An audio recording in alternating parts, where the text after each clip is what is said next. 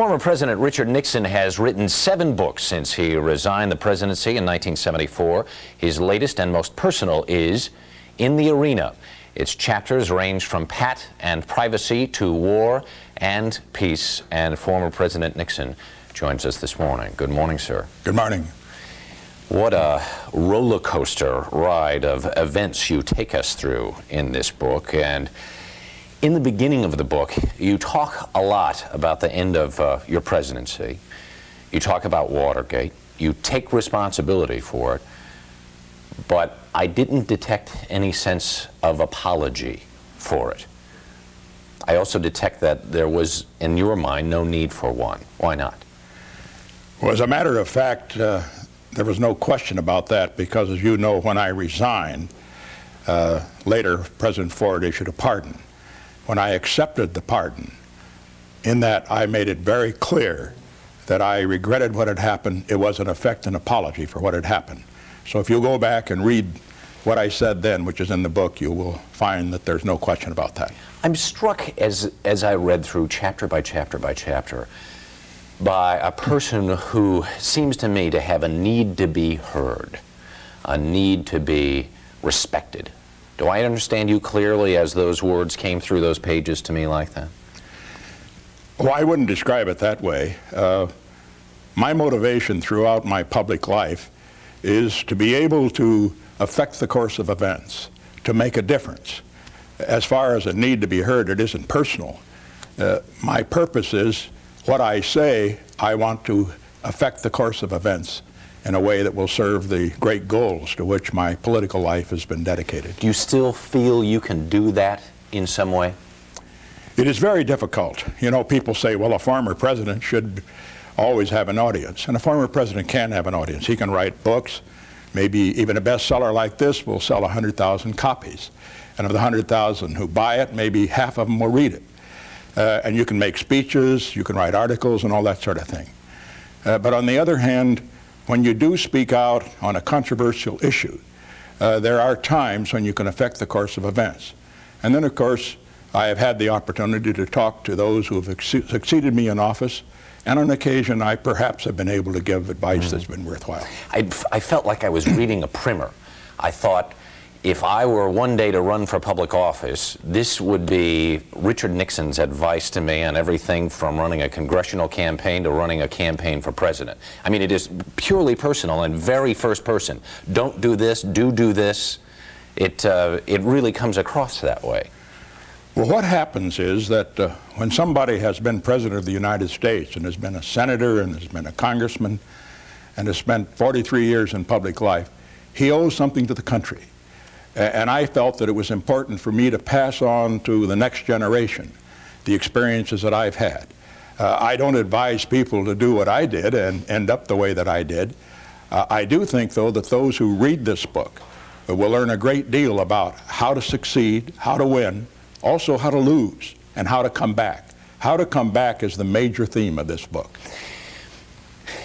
I also got the sense as I read that you're still keeping score and that you have always kept score. The ultimate hardball politician has never destroyed the pencil and the scorecard of your political life. Well, keeping score, as you know, I'm somewhat of a sports fan, as you are. You were much more successful than I because you had a scholarship, a sports scholarship, a football scholarship at Central College. I didn't even make the team. I never made a letter, but I never regretted going out. Let me come right to the point. I believe that life is competitive. Political life, the life that you're in at the present time, and that it's necessary to look at the score on occasion and to see if you can't do better the next time out. Do you know what response you trigger in people? Oh, I have an idea. I mean, after all, I do watch television, and I do read the newspapers, and I do read the magazines. I would say that when I go out to make speeches, when I go to the ball game on occasion, I get a very good, warm reception.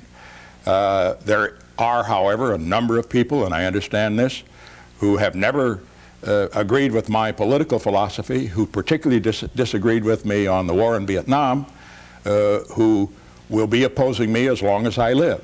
I understand that. But that's what anybody in political life has to understand. You will have friends, you will also have enemies, and you must deal with both of them. But the response to Richard Nixon, for a lot of folks, is very deep, very visceral, emotional. No question about that. My friends are very strong friends.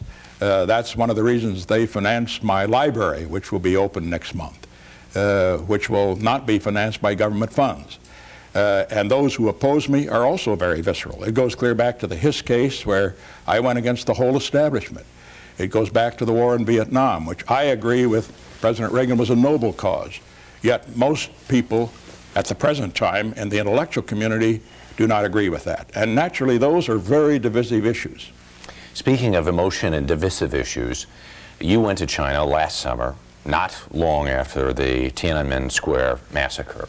When you were there, in your toasts, you chastised the Chinese leaders for the crackdown in Tiananmen Square. Still in this country, there are a lot of people who wished that the Bush administration had made a more vocal response, maybe even a policy response to the Chinese government for what they did in Tiananmen Square. You don't agree? Well, let me say first that I understand that General Scowcroft and others spoke very toughly with the Chinese privately. It was unfortunate that they happened to catch them in a toast, which the Chinese set up. They tried to do the same to me, and I avoided it. I've been around the track a lot. I think it's very important that we condemn that tragedy, publicly and privately. And I am sure that the administration will do that in the future. At the present time, however, it is important that in punishing those leaders responsible for that tragedy, that we not punish the Chinese people. Because the people of the United States have a very great interest in their human rights, and we therefore must continue to play a role. Well, one of the things you say in the book is a nation can advance a cause only through its exercise of power. And I think the people of the United States sensed we need to exercise some power here in order to send a message to the Chinese government. By exercising power, I think you're probably referring to the fact that President Bush approved most favored nation treatment for the Chinese. Let me say why he did that. He did that because economic progress, as we learned in Korea, as we learned in Taiwan, and as we learned in China under Deng Xiaoping before June 4, leads to pressure for political progress. I think the decision was right. That was exercising power in a way that most people disagree with, but had we taken the other line and in effect isolated China economically, those who would suffer the most would be the Chinese people. There'd be no way that they would get the human rights that they really want. Let's talk about the Cold War for a couple of minutes. The summit is still fresh on a lot of people's minds. It is interesting to watch the Bush administration over the last several months, how they said, well, we're not sure if we can deal with Gorbachev because we don't know whether he's going to be around or not. They flip-flopped and they said, well, we'd better deal with him now because he might not be around. Do you agree with that? I believe that Gorbachev will be around. I believe that he is a very skillful politician. Let's understand, he's not a closet Democrat. He's a true believing communist. He's a proud Russian nationalist. But he is a brilliant political leader, and he's reacting to events. I think what will happen is that he's going to try to stay ahead of the curve. Let me say what's happening here. A great revolution is sweeping the world. Communism has lost that battle. And as far as Gorbachev is concerned, if he doesn't lead that revolution, and he's got to go much further than he has in his reforms, he will be swept away with it, just as the leaders, the communist leaders in Eastern Europe have been swept away. We need to take a break for a second, but we will come back and talk some more with former President Richard Nixon in just a moment. It's 12 minutes before the hour.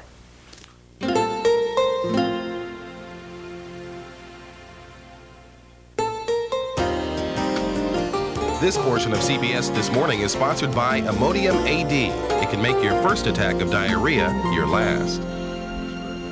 Kunstler and then Nixon on CBS This Morning, and we're talking with former President Richard Nixon about his latest book, In the Arena, and about a wide range of subjects this morning. The country is inflamed, even as we speak, at least with some degree of emotion about a flag-burning amendment. I take it you don't think that's a very good idea. I would prefer to have the problem of flag desecration. I would prefer to have it handled by legislation. I don't believe in cluttering up the Constitution with such what I consider to be peripheral matters, important but peripheral.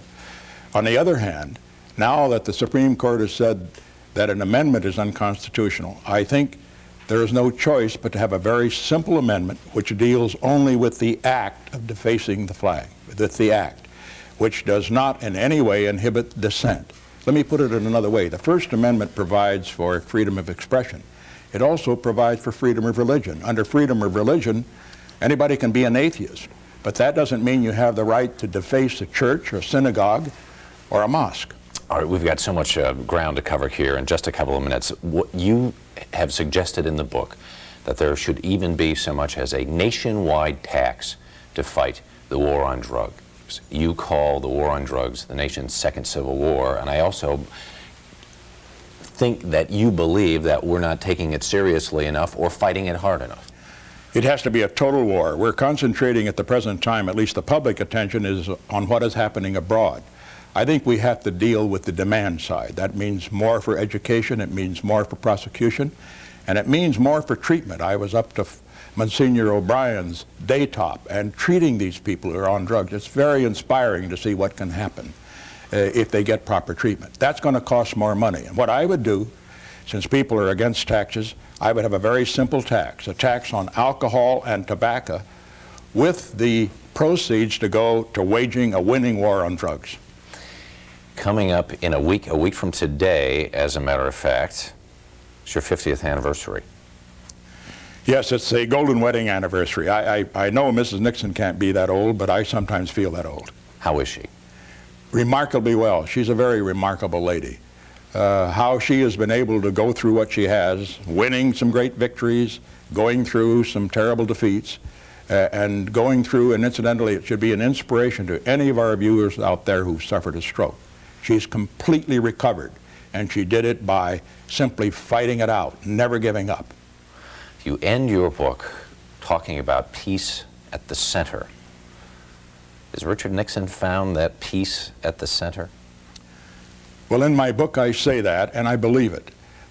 What I'm referring to is that at the end of a life, or as you come to what I call the twilight years, you want to look back and say, I've given it my best effort. Sometimes I have failed. Other times I have won. But overall, unless you have given it your best effort, you will never have peace at the center. Finally, and this is the asterisk in our conversation today, do you have any pull with George Steinbrenner? Well, I like George Steinbrenner because he's a fighter. I would say, though, that if I were his advisors, I would have been after pitchers long before now. Take the Mets. With their pitching, they're going to go far. And they're going to need that pitching in order to catch the Pittsburgh Pirates, the surprise team.